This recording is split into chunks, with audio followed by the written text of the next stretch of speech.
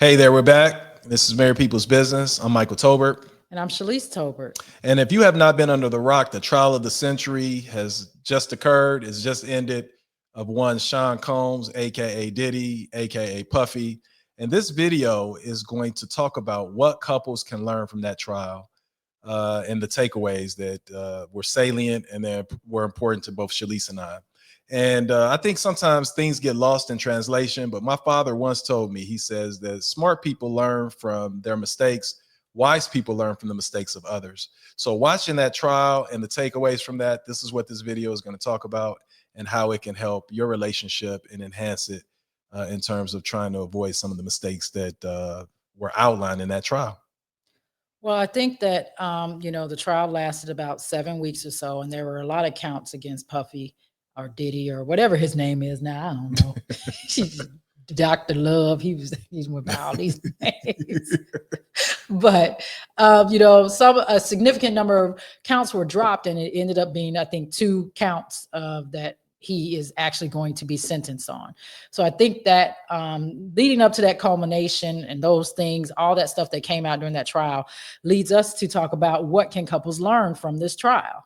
And I think one of the main things that we talked about collectively was boundaries. Right. And I think that one of the beautiful things that I love about this channel and I love about what we do with it is there's the varying perspectives because of the male's point of view and the female's point of view. So when I'm talking today and most of the videos that we do, I'm usually coming from the male perspective and Shalice is coming from the female perspective. But from my perspective and the male perspective, one of the most important parts of and takeaways from the trial that I saw for men, and this is a pitfall that all men have, is the inability to set boundaries. And I think that a lot of times what happens is when you get money and you have resources that are unlimited, men have an extreme amount of trouble setting boundaries. And I think that boundaries can be set no matter who you are, whether you're Sean Combs, a billionaire, or whether you John Tucker, the neighborhood sucker. And you could end, if you don't set boundaries, you could end up being John Tucker, the neighborhood sucker, if you don't set the appropriate amount of boundaries in your life. So why do you say that men may have that issue? Well, I think that men inherently are, as I think I talked about this in a video many videos ago, but I think that men are wired different from women. Men are wired to be conquerors. They're wired to accumulate money, women, all kind of things. And the concept of sexual transmutation that I think I described in the Napoleon Hill's book, Think and Grow Rich. That's the overarching challenge that men have, is channeling that desire to accumulate things, to conquer things, whether it be women or finances or whatever it be, and channel that energy into a positive place. So one of the important tactics that I think that men should follow and that they have to follow is, in order to channel that concept of sexual transmutation and to really do great things in your life, is you have to set boundaries. You have to put limits on yourself. It's not all right to have 32 women and a dude named Punisher with a spike bat. Was that one of the people that came out in the trial? Punisher? Yeah, it was a dude named the Punisher, and I'm like, ain't no way in the world, like that's. First of all, ain't no dude that's making $50,000 a year going to invite some dude into his bedroom named the Punisher. That was all about ego. That was all about the lack of setting boundaries, because when you get too much money, you think your boundaries are limitless and you start doing stupid stuff. And I think that men fall prone to that, So is it, I guess what I'm hearing you say is the amount of resources, the money, the access that Diddy had prior to this trial made him think he was invincible, and he didn't have to set boundaries. There was nothing he couldn't do, so to say. No, I think that's exactly what I'm saying. And I think that it's important for men, particularly if you want to be the head of your household, if you want to have enriching relationships with women, and have healthy relationships and not have issues happen, then you have to set those boundaries. And the first question that most men ask me when I talk to them about setting boundaries, first of all, men are inherent. We don't want boundaries. We don't want shackles. It reminds me of in the wood when my man said, I don't even put my shirt up too tight because, men are like that. That's how we're wired. So I always, Lavinio, right. So I always tell people, look to the Bible, look to the word. And this is, we're not trying to preach to you right now, but I think that the word and the Bible are extremely handy in helping you um, answer the problems that you might have, especially with men. And there are two scriptures that really point to this, and it's 2 Kings 11 and Proverbs 5. And I'm going to summarize those really, really, really, really quickly because I think it's really important to what we saw transpire in the Diddy trial, because it was a lack of boundaries. And what 2 Kings 11, chapter 11, talks about is it talks about a king, that King Solomon, who was given the talent of wisdom, and he was blessed by God to be everything, to be smarter than everybody, to be able to make the best decisions. And he made the best decisions about everything except women. Solomon had a problem with women, and it's outlined in First Kings. Is it First Kings or Second Kings? Let me get my notes. It was First Kings chapter 11. And if you read that scripture, you kind of wonder, like, I think he says that Solomon had all these concubines, he had all these women, and all of that distracted him and made him turn his heart from God. And Proverbs 5, which was also wrote and prepared by Solomon, also talks about the love of strange women and how God wants us to have discretion in our dealings with women and not to curry off and have these one-off miscellaneous relationships with strange women. And the thing I love about the Bible, because it's so prophetic, if you look at Proverbs 5, and I'm sorry, you're talking about the whole chapter of Proverbs? The whole 5? chapter Okay. of Proverbs 5. It says something that I thought was extremely funny. And it says that beware, essentially, I'm paraphrasing, but it says beware of strange women, for the lips of a strange woman drops with honey. And it also says, and her mouth is smoother than oil. And I said, how prophetic can that chapter and verse of the Bible be, when all we heard in the Diddy trial was about baby oil and oil this, oil that, oil this, oil that? That ain't what this verse said. He had the oil. This one talking about the woman having the oil? No, I think the concept of the oil is symbolic in the pitfalls that you can fall into if you don't exercise discretion. The woman comes talking sweet to you. That's the honeycomb part of the chapter and the verse. And then she comes with oil. She comes bearing oil and slipping. You didn't end up slipping into something that you didn't need to slip into. And that's what Diddy did. And that's what these chapters in the book and the boundaries that it outlines for us, that's what it does. And I think that men, if we do not want to succumb to the mistakes that we saw play out in the Diddy trial, whether you're rich or poor, black or white, you have to set boundaries. You just have to. You can't have a million women. You can't have the Punisher coming into your bedrooms. Everything is not for everybody. And that's just that, Well, one thing that I do want to say before I get into what I guess might be the female perspective, or maybe it's just my perspective, but I do want to say that neither one of us condones any part of domestic violence that was the root of some of the things in his trial. We don't believe in that. We don't condone it. By us discussing this does not mean that we approve of what happened in that aspect. So I just want to say that before I get into my thoughts on the woman's mouth being smoother than oil. Well, hey, it's in the Bible. Well, as we're talking about boundaries though, but I don't think Cassie and Diddy actually married. I don't know if they were actually married, but no, okay. I don't think they were. If they were not married, or if they were married, I think the Proverbs 31 woman, virtuous woman, scriptures, definitely come into play. How to be a virtuous woman, period. You don't have to be married to understand those scriptures of being a virtuous woman. But I think that when you talk about boundaries, married versus not being married could make a difference as well. As a married woman, I'm in the relationship thinking that my husband will not do anything to cause harm to me, or our family, or anything of that nature. So I am not thinking about him not having boundaries that are safe for us, if that makes sense.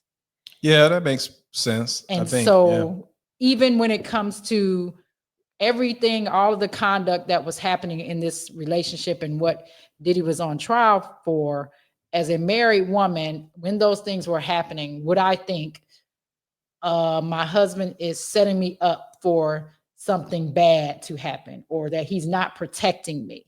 And that's where I think the boundaries of the married woman have to come into play, saying, are these the things that the relationship, that our marriage is supposed to be built on, if that makes sense? But if you're not married, you still have to have that thought about the boundaries of the person that you're with protecting you and not doing harm to you.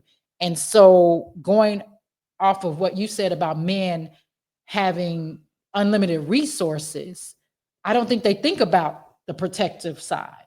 I don't think they think about the woman even not going along with what they want to do. So that goes to what you said about not having boundaries. So how do the two come together? How does the woman come to the man and say, hey, you know what? I think this is way too much. I think this is beyond what we should be doing. Would a man listen to that has those resources, that has unlimited things, that thinks that he can't be touched? Well, for me, I think that part of having boundaries is setting those boundaries clearly. And from my perspective, I know I can't speak for the female perspective, but what you just did is the reason why women get caught, because you did a whole bunch of rambling. and I think that, sometimes you just got to tell the dude no.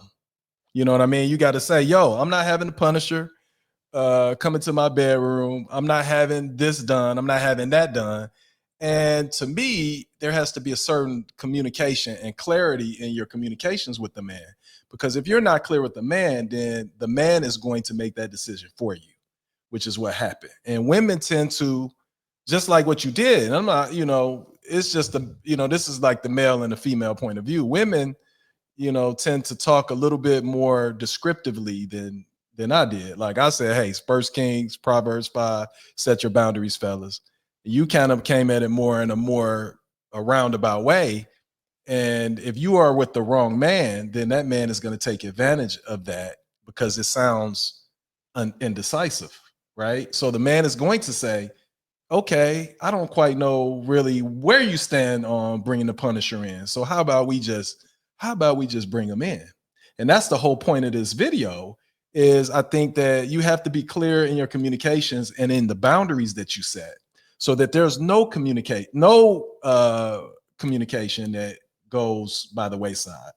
You understand what I'm saying? That's the way I look at it for females. Females just have to be clear, especially with the wrong man. If you are with the wrong man, then probably you need to get out of that relationship. That's a whole nother video. But when you are in a relationship with a person that you really truly care about, you just have to be clear with them and say, this is what I like. This is what I don't like. I don't want the Punisher. I don't want to be in the hotel room doing whatever. I don't want all this baby oil. You just have to set the boundaries. Now, if he doesn't accept that, then it sounds like you two probably are not compatible and you need to go somewhere else. That's how I see it. Well, that's why I made the distinction between being married and unmarried, because when you're in a marriage, your husband, under the Bible, is the head of the household and he's taking care of the family and he's not going to let harm happen. So if your husband is the person that's doing this and you thinking as the wife, as a virtuous woman, that my husband is not going to bring me harm, so he, in this boundary setting, I'm following his lead, so to say. Yeah, but And that's Go ahead. No, but that doesn't mean you can't be clear though in your communication. I didn't say that you couldn't be clear, but what I'm saying is that the thought pattern, I didn't even get around to saying what you should or shouldn't say as a woman, but I'm saying the thought pattern between somebody who's supposedly being a wife that is following the word and letting her husband be the head, and someone who's just in a relationship with someone. I was making a distinction as to how they could approach each of those sets of boundaries, but I get Right, it. right. No, I get that, and I understand the perspective. But I think what you're seeing is, and what I think our audience is probably maybe gathering is, this is a different perspective. What we just experienced was a different way that men communicate. And if you are with the wrong person, then, if you don't set your boundaries, somebody else will. And boundaries are clear. We're lawyers. I always say this: we're lawyers by trade. So we have had cases. At least I have had lawsuits where it's about boundary disputes. And where does this property line end? Does it end here or does it end there? And let me tell you this: both sides are very clear in terms of where they think the boundaries stop and end. Right? There's no fuzziness. There's no gray area. And at some point, somebody has to make a decision as to where that boundary ends.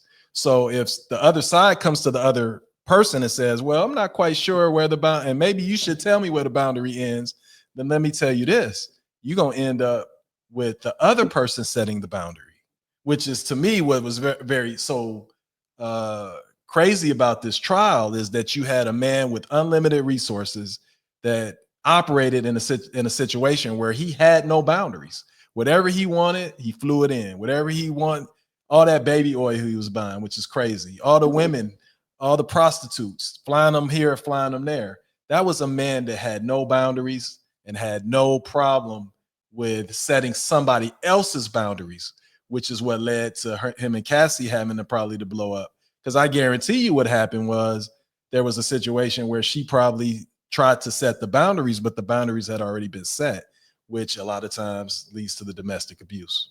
Well, I don't think that he was going to listen to anybody setting boundaries, regardless of if it was Cassie or whoever, unless they just walked away because of his thought of having unlimited resources and his actions. So I think that we're dealing with a person who wasn't going to be able to do that, regardless of what was said to him about the other person's want to set certain boundaries. Now, that other person, the woman, then has to make a decision whether she's going to stay involved.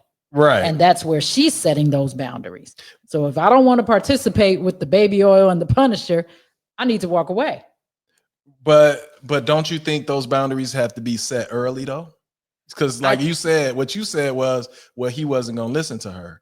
But I tell you what, I think he would have listened to her if those boundaries would have been set early. If she would have said, "Hey, listen, Puffy, Diddy, whatever he's calling himself these days, I don't want anybody in our bedroom. I don't want the Punisher. I don't want prostitutes being flown out. I want to just be with you." If she would have said that possibly earlier in her relationship, I think the boundaries would have been set. But that's not what I saw in that trial. What I saw was a lady that was going along with another man's boundaries. You look at the text messages, you look at the communications. She was completely bought into those freak offs, completely bought in, which means that she assumed the boundaries that somebody else set for her, which is the point to me of why we thought this video, why we wanted to make this video, because I think that there has to be a conversation between a man and a woman when they're in a relationship in terms of what's sexually permissible, what the sexual boundaries are, what the financial boundaries are, what the friendship boundaries are. All those things should be discussed, and they should be discussed early and often. And if they're not, somebody else is setting the boundaries. That's just the reality of it. I agree that that should be set that way. But what I take away from that is that when you've got an individual who believes that their resources are unlimited and they have the control, are they going to have that conversation with the other person trying to set the boundaries? Well, that's a good point. Go ahead. That's my point in saying, maybe he wasn't going to listen because he had this money, or maybe she wouldn't, maybe they wouldn't have been in a relationship that long if she had had that discussion and he'd have moved on to the next one who was going to actually give in to that, or whatever the case may be. So I think that he was not going to adhere to anyone's boundaries anyway. But isn't that the point though? And this is to me what the frustrating part about this whole trial and about this whole conversation about this instant is everyone is saying, well, Cassie had no options, or No, no, no, she, well, but no, that's what they're saying on Facebook. They're saying she was trapped. No, no, no, no. no, Listen, no, no. she had the right to walk away. Right. Period. I And I don't want mean, to hear this. Puffy got money. He could do whatever he wants to. Listen, you have free will. You have free will to say yes. You have free will to say no. And again, as you talked about before, I'm not condoning domestic violence. I'm not saying that domestic violence, what he did to her was correct. I think that's completely wrong. We're talking about the narrow issue of boundaries and setting your expectations in your relationship with people. And she didn't. She didn't, and then continued to go through with the boundaries that he set for her. And then at some point, then it's like, well, she's the victim because she's going along with the boundaries that he set. Well, those boundaries were set early on. You understand well, what I'm saying? and so I bring it back to what we're talking about, how this can help your relationship. If it's a new relationship, if it's a relationship that has been existing for a while, you still can have those conversations about boundaries. And I think that to bring it down to a commonplace thing that might happen is when people want to try different stuff, they want to do new things, and not just talking about sexually, but just period. If you want to talk about, hey, I don't want to go hiking on a mountain, that's not my thing. I'm afraid of heights. I'm going to set that boundary. That needs to be a discussion had. I agree. And I think that's what we're really saying, which was the huge takeaway. This whole case was about failing to set boundaries, probably early on. Obviously, we were not in either of those relationships, so we don't Right. know what happened. Right. Right. But I can tell you based off of my lawyerly intuition, those Puffy set those boundaries because I don't know. It didn't seem like Cassie was the freak off, the, the freak off type that would want the Punisher to come in, like at least initially, because I think she was fairly young when her and Puffy kind of got together. So you had an older man with a younger woman. I imagine my intuition will tell me that he probably was the one that introduced her to that life and set those boundaries. And then once the boundaries are set, then it's kind of hard to come back from that, right?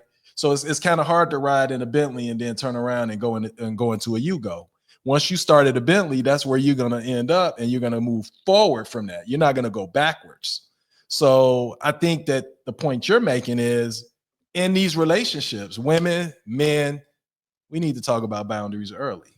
Yeah. What do I like? Do I like the Punisher and No, three or no, you four don't. women? No, You you don't. know, You I don't. don't like the Punisher. But You got to hurry up and say well, that. obviously it was a rhetorical question. It was a situation where, hey, you got to have those conversations because people are into crazy stuff. So you need to know whether or not you are into the crazy stuff that they're in early. And if you're not, and the conversations can't mesh and are not congruent with one another, then maybe that person is not for you. Right. Period. I mean, You know? I don't think the conversations have to just always happen early. I just think they need to be continuous because people change, they grow in different ways. So continue to have those conversations. It just doesn't have to be an early conversation. Right. No, I'm with you on that. And the other thing that I thought was pretty interesting from that trial, that it was not lost on a lot of people, but I think it probably was, man, Puffy, man, I grew up. I was a Bad Boy fan. I'm a hip hop fan. For those of you who have followed us and are part of this channel, we love music. So for people who acted like they hate Puffy now, man, listen, let me tell y'all You can lying. hate Y'all me just lying. now because I won't stop now. Yeah, y'all like, yeah, hindsight is 2020. But you was rocking with Puffy in the 90s. If Puffy would have invited you to a party, you would have been there. Shoot. Just like I would have been there. I would have been I was there. trying to be in total. Yeah, Can't you I see? would have been at any Puffy party that he would have invited me to in the 90s. Hindsight is 2020. Period. Yeah, of So course it is. so Puffy was the man. Puffy had his hands in everything. Puffy had friends, from That part. Jay-Z all the way down to any A list, B list, C list, Z list person you could think of. Those people were connected to Puffy. So There's photos of Oprah, and he's with the president. He's with Barack Obama. He's with Michelle Obama. And the thing that I thought was very telling about this trial was that all the parties that Puff threw, all the connections that he had, you didn't hear any of his friends come to his aid. You didn't hear any of them, for the most part, step up for him in a significant way and say, you know what, this is my friend.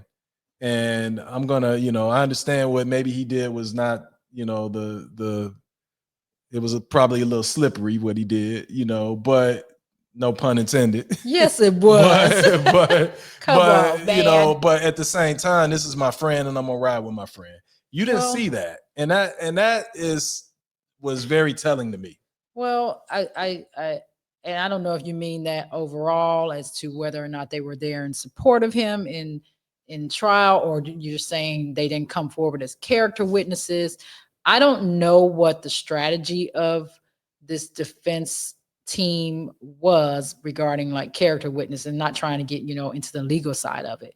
But just the common analysis of it is that these celebrities didn't want their reputations hurt either. And that's the unfortunate part of when you think people are your friends. If you're true friends, then, I don't know. We didn't see, there were no cameras in the courtroom. So we don't know who was in the galley. But if it was somebody famous, we would have definitely heard so and so was sitting in on the trial every day, in emotional support of Puffy. And you didn't hear that. I think that it's a very, very fine line that celebrities are walking when they're friends with other celebrities that get in trouble.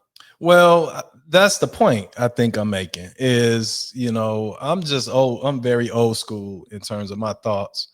And for me, a friend is a friend through thick and thin. So no matter what I do, if you are truly my friend, then you're going to be there with me and you're going to support me through it, because that's what friends are for. That's what Dionne Warwick, that's what she made a hit song about it. All right. And it sold a gazillion records. This was before streaming, and for the audience that's too young to remember Dionne Warwick, she sold records, hit records, vinyl, the plastic stuff or whatever vinyl is. Vinyl is vinyl, I would imagine. But friends are friends. So if you're only going to be with me when I'm throwing parties and I got Ciroc and I got Cristal and I got women and I got cars and I got this, then that begs the question: are you really truly my friend? If you're only there when things are good, because friends are there when friends should be there. The most valuable friends are there when you need them to be there because you're going through something significant. You know what I mean? That's the I way I look at I it. understand that. I'm not justifying anybody's behavior for not being there and saying that they're a bad friend. I'm thinking about all the people that have their certain status and certain things that they have to achieve, and what we don't know. We don't know who was visiting him. We don't know who was coming to see him every day at the jail and said, "Hey man, I'm here for you." But for this celebrity persona, I can't be in the courtroom. So I'm not saying that's what they did or didn't do, or that makes them a bad friend. But I do believe that friends are there no matter what. So I hear what you're saying. I think that you know, I don't know that I don't know how you resolve that, because people have things to lose. And I know this is like a TV show, but it made me think of the show The Game way back in the day. Episode, I think it was Malik got into an accident or something, drunk driving, and he had hit the dude in the wheelchair, and he had been doing all kind of crazy stuff. And he was trying to redeem himself and going into rehab, and Durham was supposed to come to the press conference. And at the time, they're both star players on the team. And Durham told him, "Yeah, I'll be there," and then didn't show up, and was told not to show up because he didn't need his reputation tainted by what happened with his best friend and teammate. And so the unfortunate part of that, I think, that comes with the celebrity, I don't know, I'm not a celebrity, I'm guessing, is that they're being told what they have to look at and what they could lose by being associated with these people publicly. So And my that's sad. relationship, so then my relationship is with you. If I'm the person that's not supporting you, hypothetically, if you get in trouble and you're a celebrity and I'm your friend and I don't show up because I'm afraid that it might tarnish my brand or my image, so then my relationship is transactional with you. That's not really a true friend, is it? I said it's sad. I don't Mhm. know if that's a true friend, because if that's the only reason that's why I said I don't know how they show up in other ways. Are they visiting him every day and he jail while he's in jail, or whatever the case may be, and just not in trial? I don't know if the defense team said, hey, they don't have enough. We don't need these character witnesses. I don't know. But you did hear what was the other dude? The rapper that said he had them steal his car or whatever. Was it Kid Cudi or something? I don't know these Yeah. new rappers, man. Man, I thought you was supposed to be you keep your ear to the streets. What happened to all that? You gotta Kid, keep your ear to the streets. Yeah, yeah, Kid yeah, Cudi, yeah. Kid Cutie. I think it was Kid Cudi. I think that's how you say it. He was like, Yeah. Puffy had basically set him up and had his car stolen or Oh whatever. yeah, I did hear about that. So, in you the know, testimony. obviously the prosecution was looking for people that were against him, but they couldn't find people to testify against him. So I say that to indicate celebrities weren't going to go against him either. But I do value friendship. And I think that in real life, when you have troubles, your friends are always there for you no matter what. Your true friends. Yeah, and you know, which brings up another issue, which is a hot issue on this takeaway from the trial, because everybody, like, you know, everybody was on the Cassie train, you know, and saying she was the victim, and you know, a lot of it was colored because of the videotape that we saw of him beating her, which I totally completely understand why people would be horrified by that, because I was horrified by it, like most people were. Don't condone domestic violence. Don't think it's right. We've said that. But I don't think, I think you can be a victim and be an opportunist at the same time. And I think that people painted Cassie in a it was like you could either be one of the she either had to be a victim or she could be an opportunist. She couldn't be both. And talking about the friendship part of this trial, the takeaway that I took was that she really wasn't his friend. And I think Puffy and the people are gonna probably get pissed off at me for saying this, and they're gonna say that I'm bashing Cassie and that I'm condoning domestic violence, which I've said a million times on this video that I'm not. But I'm just telling you the truth. I'm telling you the straight up dope. And she wasn't his friend. Well, no, You know what I mean? She she was sued not. him. She sued him. I think she wanted what he had, which was fame and money. She wanted a hit record. She wanted to be a famous singer or whatever he was doing with her in terms of her career.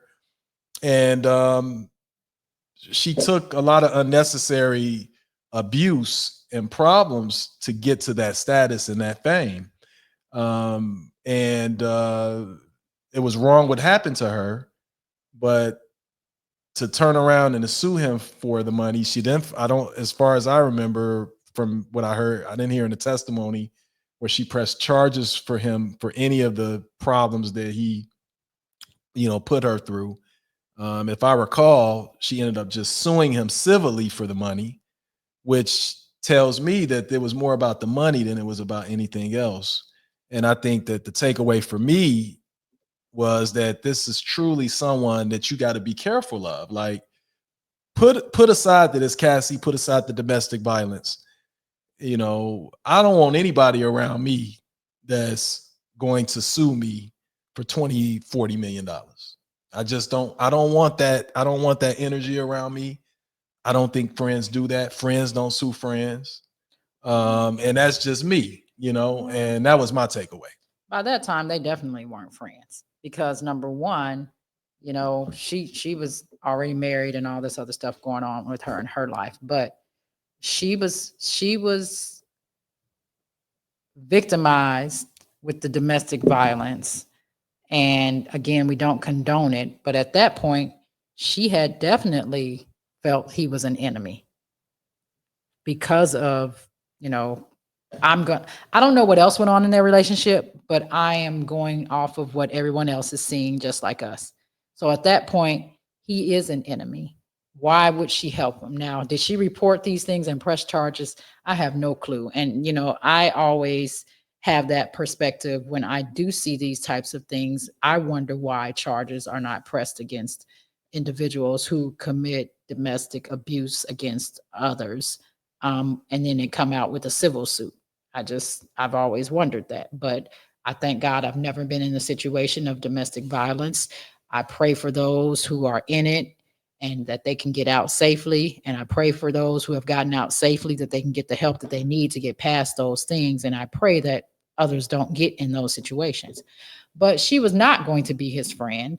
Um, you know, at any point, there's no way she was going to be his friend at any point. And she appeared as if this was her getting her just due, if that makes sense, for what she had lived through. And I don't think that I'm not agreeing with that. I'm just giving a perspective of how it appears to me. Yeah, but do you want that energy around you? That I think Well, that's for purposes of this video and the folks that are the audience. Like that's to me the point, the takeaway. And obviously people can arrive at their own land where they want to land on it. But I'm saying for me, I don't want anybody around me that is um, that's there just because I'm famous or because I have a record label. And then when things break down or fall apart, then now it's I'm going to sue you for X amount of dollars. I think that people show you ultimately who they are. Like Puffy was completely wrong for what he did to her, 100%. But I think that the lawsuit in terms of civilly suing him for 20-30 million dollars to me showed me that she was probably never truly his friend. well, that She was more goes of an opportunist.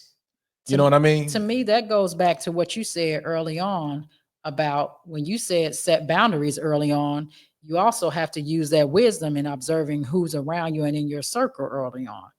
And I think there are clues to that very early on in all relationships, whether you're famous, whether you're not. I think that you sniff out things about individuals who are not around you for true or good reasons. So I think that's something that people pay attention to if they are looking at the actions of the people around them. When are these people around them? What are these people doing when they're around them? That lets you know who's true and real to you.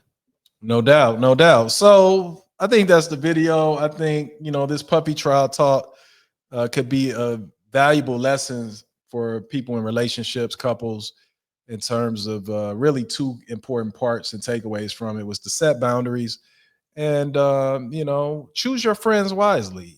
Because I tell you what, if Puffy had a good group of friends around him and not yes men, then maybe the Cassie situation never would have happened, because I know my friends wouldn't let me engage in that behavior, and my friends definitely wouldn't let the damn Punisher. They'd be like, Mike T, what you got the Punisher?